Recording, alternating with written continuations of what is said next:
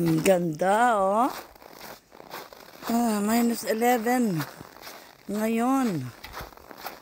Eto. Tingnan yung snow, oh. During summer dito, may mga itinatanim na wheat. Kasi wheat fields to eh. Eh, syempre, winter na winter. Tsaka dito, pwedeng mag-ski. So, ang laki, oh. Tingnan nyo. So, yan, oh. Kaya eto, ang ganda dito talaga.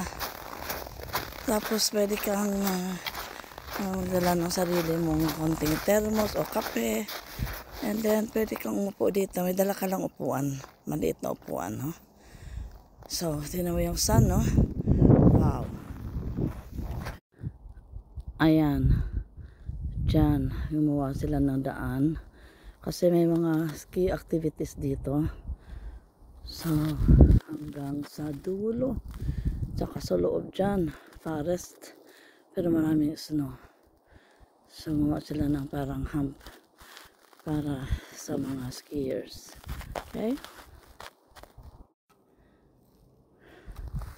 Langren Loipa or ski road going to the forest.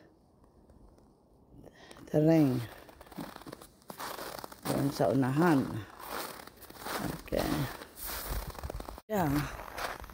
So, ganito lang talaga. It's a very nice walking area.